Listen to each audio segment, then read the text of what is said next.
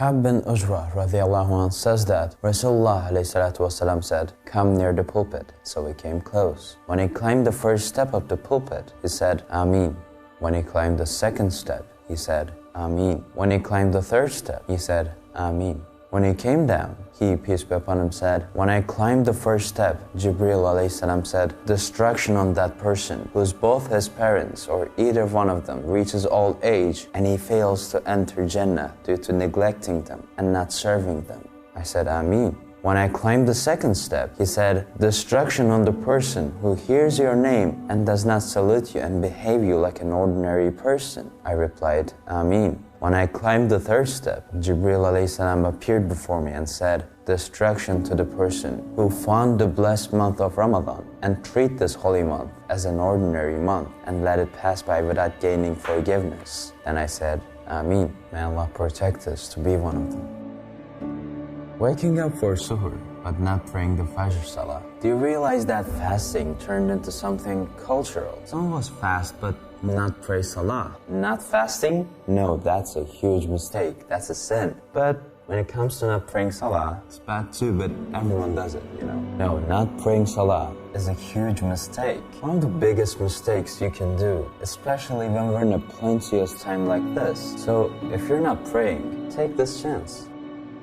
You help people, share your wealth, then you think your wealth is decreased. Wrong. Once people asked the rich Muslim about how he became rich, and he said, "Allah gave me, then I shared it. Allah gave me, then I shared it." And once our Prophet, peace be upon him, shared every part of a sheep except one part. After that, he asked Hazrat Aisha, "What's left from the sheep?" She replied, "Only its shoulder bone." Then our Prophet, peace be upon him, said something great which teaches us lots of things. He said, "No, the parts except the shoulder bone." What a great perspective, right? With that, he teaches we only have what we share.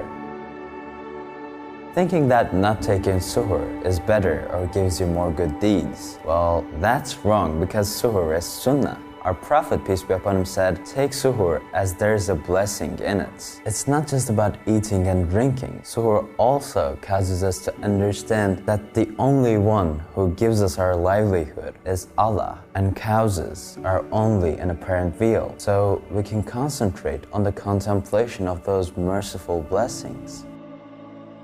We tend to think that sleeping as much as we want in Ramadan is normal. On the contrary, Ramadan is the month of working and grinding. Even our ancestors specifically planned to do the hardest things in Ramadan. It looks illogical first because they're fasting and they need energy, but they knew that Ramadan is a month of rahmah and Allah would help them more. And the best part is, every letter of the Quran is worth 1,000 times more in this holy month. So when you want to sleep more than enough, think again.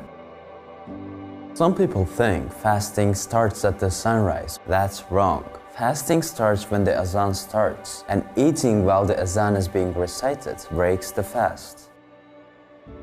Hiding that you're fasting. That's wrong because there's something called Sharia of Islam, meaning marks of Islam. Showing the things which remind Islam to people. It reassures other Muslims and attracts non-believers to Islam. And people who don't fast will think like, if it's good, why do they hide it? It's very important in Islam. So if you're not in a special condition, do not hide that you're fasting. We think we only fast with our stomach. That's wrong too. The most excellent fasting is to make the human senses and organs such as the eyes, ears, hearts, and thoughts fast together with the stomach. That is, to withdraw them from unlawful things and from trivia, and to urge each of them to their particular worship. For example, to ban the tongue from lying, backbiting, and to make it fast, and to busy it with such activities as reciting the Quran, praying, glorifying God's names, asking for God's blessings for the Prophet Muhammad, peace be upon him, and seeking forgiveness for sins, is to make other organs fast too. As a matter of fact, since the stomach is the largest factory, when it has an enforced holiday from work through fasting, the other small workshops are made to follow it easily. I want to tell you a very important hadith related with this. Some people are praying, but they gain only tiredness. Some people are fasting, but they gain only tiredness. So we have to be very careful. We have to fast with every organ of ours. May Allah protect us from being one of those people that our Prophet, peace be upon him, warned us about. Not getting excited about Ramadan. Iman is related with excitement. When we look at our Prophet's life, peace be upon him, we see that when Ramadan comes, he gets excited like a mother who didn't see his son for a year. If the people you really care about, maybe the president of your country, sends you messages, what would you do? You would stop what you're doing and look at that message, right? Don't you wonder Allah's messages in the Quran and Ramadan? And the last mistake is the biggest mistake.